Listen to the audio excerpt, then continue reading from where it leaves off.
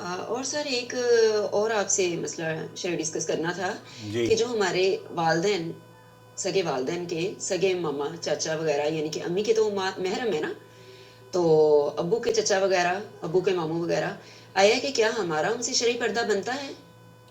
کچھ علماء جیسے مفتی طارق مسعود وغیرہ کہتے ہیں کہ نہیں، جو امی کے محرم ہیں ان سے نہیں پردہ بنتا.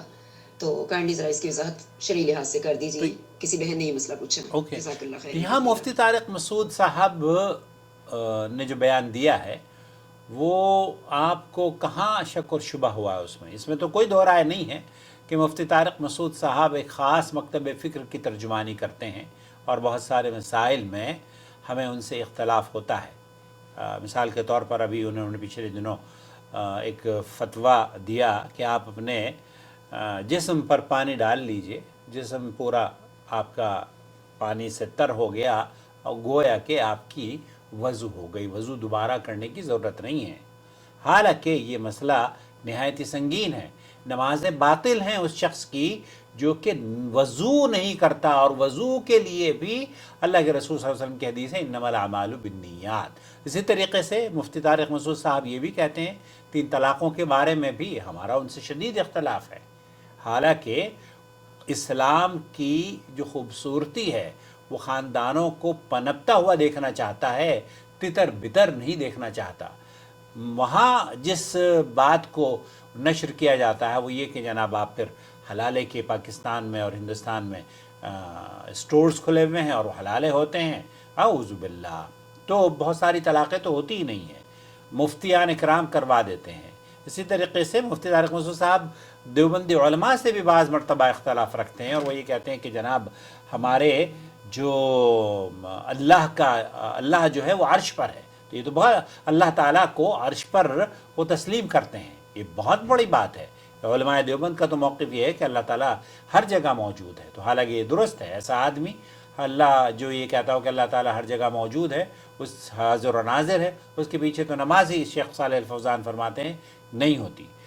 یہاں آپ جو جاننا چاہ رہی ہیں وہ یہ کہ آیا ماں کے جو چچا ہیں وہ محارم ہیں یا نہیں. قال أمي وعمها أم أنهم غير محارم. خال امی و عمہا، میری والدہ کے ماموں اور میری والدہ کے چچا کیا میرے محارم ہوں گے یا نہیں. ان اقابل خال أمه وعم أمك محرمان. خال امک و عم امک محرمان. یہ ہے شیخ عبدالعزیز بن باز مفتی مملکت سعودی عرب بیان دے رہے ہیں کہ آپ کی والدہ کے جو محارم ہیں، خاص طور پر آپ کے شیخ محمد بن صالح العثیمین نے بھی یہ جواب دیا ہے کہ دادی کے بھائی والدہ کے ماموں ہیں، اور ہر انسان کا ماموں اس کی ساری اولاد کا بھی ماموں شمار ہوگا.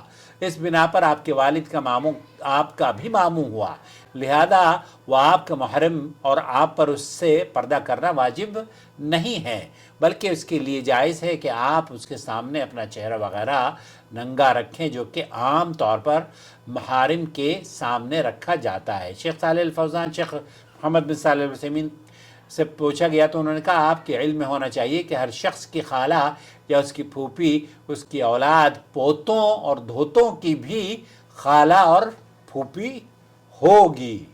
اسی طرح آپ کے والد کی پھوپھی آپ کی بھی پھوپھی ہے، اور آپ کے والد کی خالہ آپ کی بھی خالہ ہے، اور اسی طرح آپ کی والدہ کی پھوپھی آپ کی بھی پھوپھی ہے، اور آپ کی والدہ کی خالہ آپ کی خالہ ہے. نیز اسی طرح آپ کے آبا و اجداد کی خالائیں اور پھوپھیاں آپ کی بھی خالائیں اور پھوپھیاں ہیں. سبحان اللہ.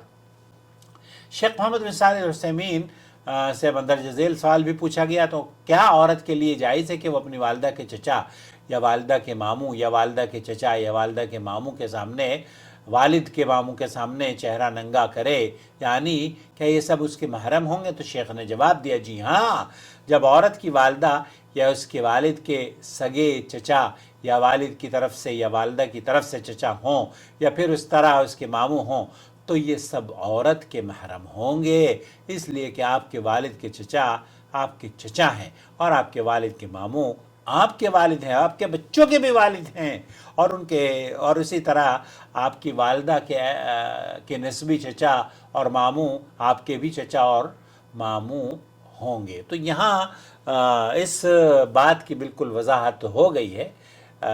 امید ہے کہ شاید آپ یہی جاننا چاہ رہی تھیں۔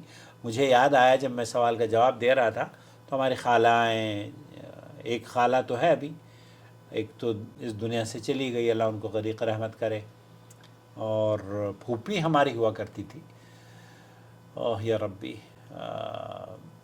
یہ لالچ، زمین کا جو لالچ ہوتا ہے نا، بڑا عجیب و غریب ہے۔ تو ہمارے چاچاؤں نے، ہماری پھوپھی نے، اللہ ان کی کوتاہیوں کو دور کرے۔ والسلام علیکم ورحمۃ اللہ وبرکاتہ۔ شهر رمضان الذي أنزل فيه القرآن هدى للناس وبينات من الهدى والفرقان